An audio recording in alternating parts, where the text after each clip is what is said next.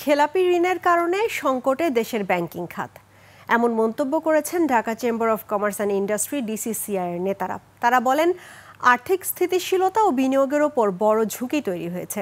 এই সময় ঋণ প্রাপ্তি কঠিন হয়ে গেছে এবং এসএমই খাতসহ উৎপাদনমুখী ব্যবসায়ীরা বিপাকে পড়ছেন বলে জানান তারা। সংকট থেকে উত্তরণে সরকারকে শিগগিরই কার্যকর পদক্ষেপ নেওয়ার আহ্বান জানান ব্যবসায়ীরা। মফিউর রহমানের রিপোর্ট।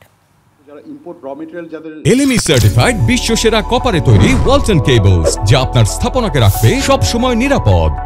বর্তমান ব্যাংকিং খাতের চ্যালেঞ্জ ঋণ গ্রহীতাদের দৃষ্টিকোণ নিয়ে রাজধানীর ডিসিসিআই অডিটোরিয়ামে আলোচনা সভার আয়োজন করে ডিসিসিআই। এতে ব্যবসায়ী প্রতিনিধি ছাড়াও অংশ নেন প্রধান উপদেষ্টার বিশেষ সহকারী ডক্টর আনিসুজ্জামান চৌধুরী।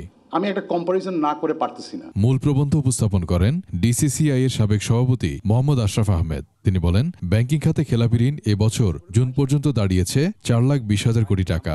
এটি মোট ঋণের 24% বেশি, যা আর্থিক স্থিতিশীলতা ও বিনিয়োগের উপর বড় ঝুঁকি তৈরি করেছে। এনপিএল যেটা আছে প্রায় 4 লক্ষ কোটি টাকা, এটা পুরোটা কিন্তু এনপিএল, এটার একটা বড় অংশ অলরেডি প্রভিশন করা আছে। সো আনপ্রভিশন যে লস যেটা ফিগারটা যেটা প্রভিশন শর্টফল বলি, সেটা ইজ রাফলি আমাদের ব্যাংকিং সিস্টেমের 6 বছরের প্রফিটের সমান। ঋণ প্রাপ্তি কঠিন হয়ে যাওয়ায় বিপাকে পড়েছেন এসএমই খাতের ব্যবসায়ীরা। এতে কর্মী ছাঁটাই সহ নানা সংকোচন নীতি গ্রহণ করতে হচ্ছে বলে জানান ব্যবসায়ীরা। Additional interest দিচ্ছি, of course we have to pass it somewhere. We don't have the profits to keep it to ourselves. We have to pass it to the customers. যখন আমাদেরকে ছাঁটাই করতে হয়, এটা যে কত বড় কষ্টকর একটা বিষয়, এটা আসলে যে ব্যক্তি করে শুধুমাত্র সেই জানে। এলসি কমিশন দেখা যাচ্ছে যে আমার জন্য 35 পয়সা, আমার থেকে বড় কোম্পানির জন্য দেখা যাচ্ছে 15 পয়সা।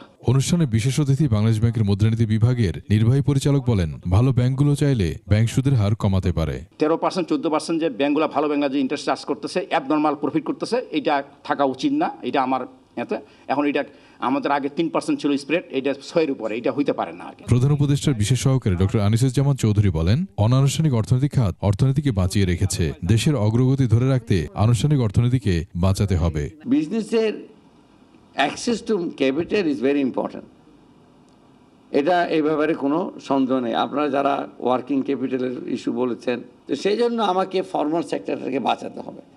সেই জন্য আমাকে ইন্টারেস্ট রেট দিয়ে কি আমি মনিটারি পলিসি করবো কি করবো না, ইট ইজ ভেরি আনফর্চুনেট।